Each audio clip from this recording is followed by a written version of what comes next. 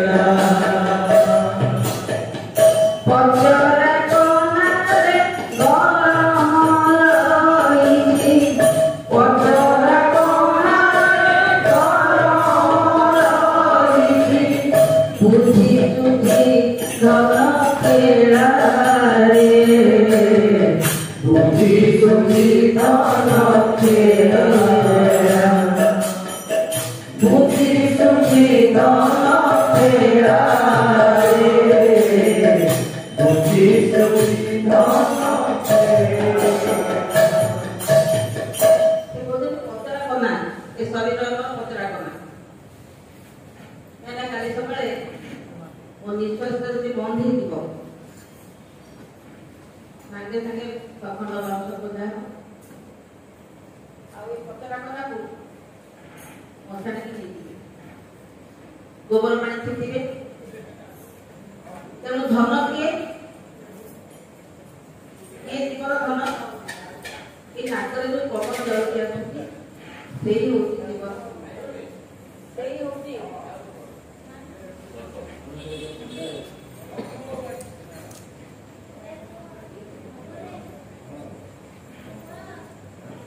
से ही होती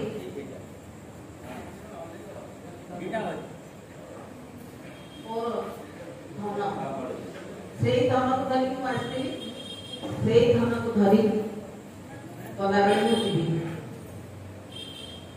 मो बाबा नाथा पड़े राधा प्रकृति शैव मो बाबा पड़ता स्त्री लोक डाण पट नाथा पड़ा मो प्रकृति ये दुईटी पुड़े राम राम मोरा एमती पवन जाऊँगी आसुची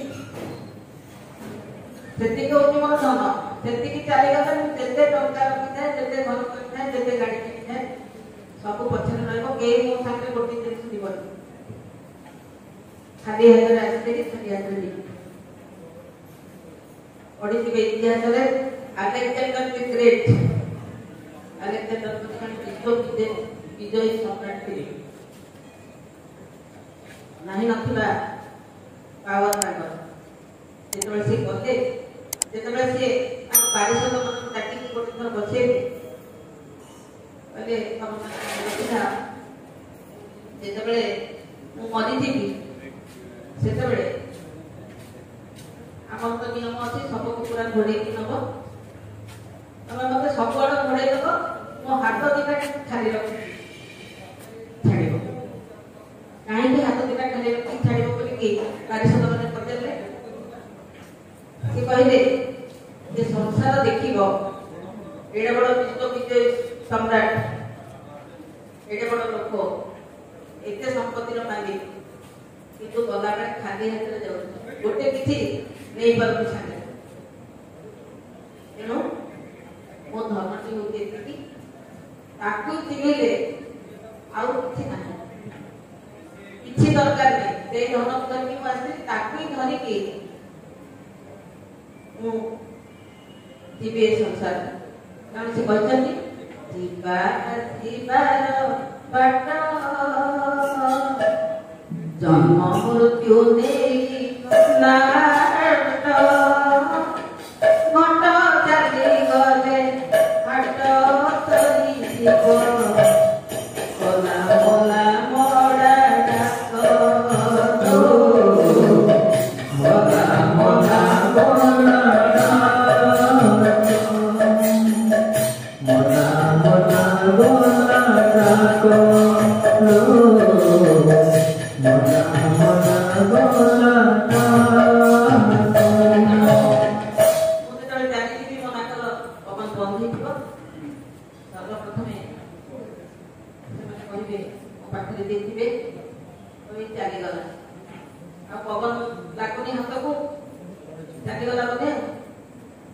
କିଛି ସମୟ ପରେ ଖବର ଚାରିଆଡେ ଫିରେଇଥିବ ସେ ଅମୁକ ମରିଗଲା, ଗଲା ପରେ ମଲା। ତାପରେ ଘୋଷଣା ହେଇଯିବ ଯେ ଗୋଟେ ମଡ଼ା।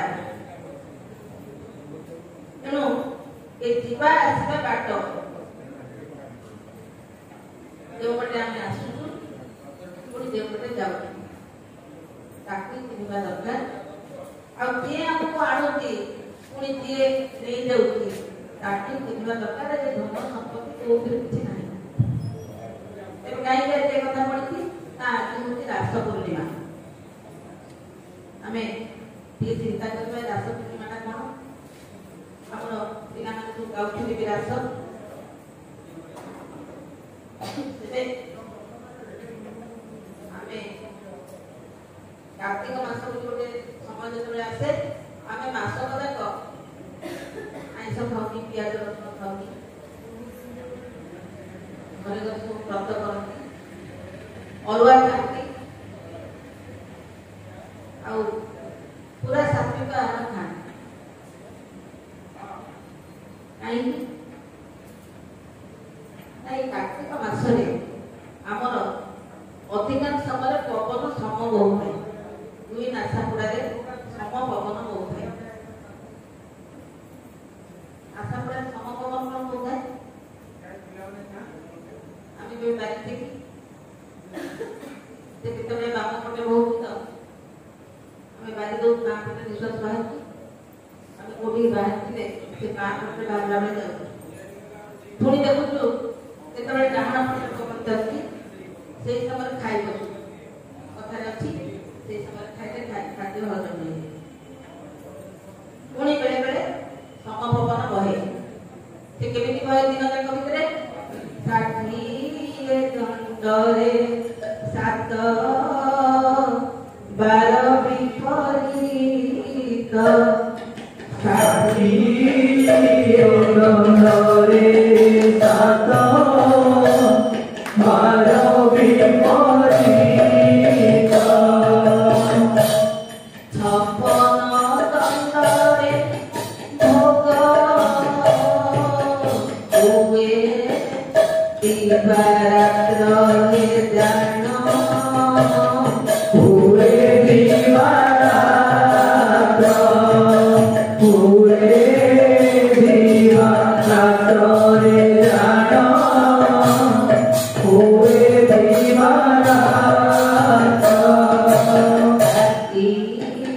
चारि दंडरे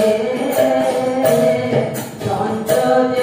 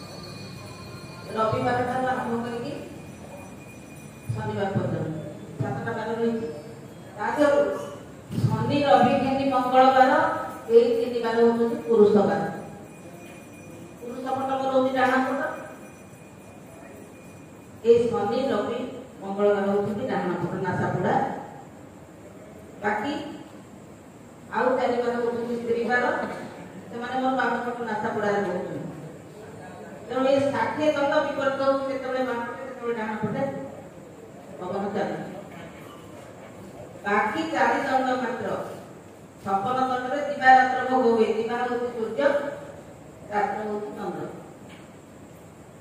चंद्र होती स्त्री, सूर्य होती पुरुष। चारोटी दंड बाकी रहा 60 रु 56 गला 4 से 4 दंड तू मु मंगल दुईट जाक नासा पुड़ा समान तेणु ये जो पवन सम बहुत कार्तिक मास सारा से मेन्टेन करने समभाव रखापी आम सात्विक आहार खाइले पवन और विषम हम किंतु आम कर दुर्बल भी कहीं कर बसबार कथा नहीं खाली ओरवा देने कौन हम पवन जो सम कहूँ सीना सदव्यवहार कले हम से सम कहवा पवन समय आम पवन को देखी गति कर दुईटी जाक पवन जोग करी आम उपरକୁ ଯିବା। महाप्रभु अनंत केसरी को विद्यार्थी आनंद कुमार आ उपरକୁ गले आम रास कर आम राधा महाप्रभु होती कृष्ण साथे नहीं आम मिलित हो पार ताकि कहते रास ये कार्तिक मासरे समपवन बराबर कहूँ उपयोग कले आम रासस्थल पहुंच पार कहीं कहते मो लगी कुंज बिहारी मो लगी कुंज बिहारी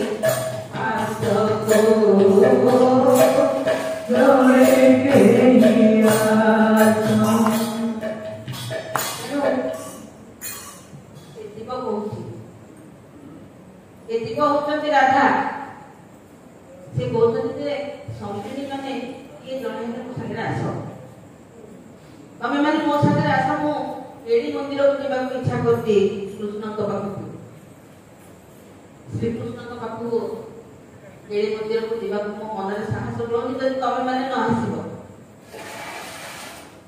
समझी मैंने किए मो नासार जो पवन गहल द्वादश आंगुल पवन बहुत मो नासारे से माने सखी ये जीवन सखी होती सखा होती से माने ताकि धरी ताकि सहायता मु साहस केड़ी मंदिर को पसी दे पाबी कहीं मु जानी मो भाई कुंज बिहारी से अपेक्षा कर बसचंदी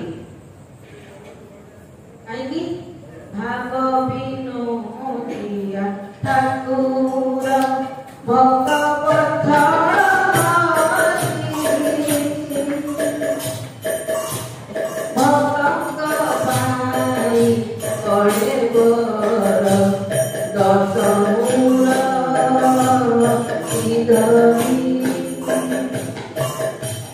Mom.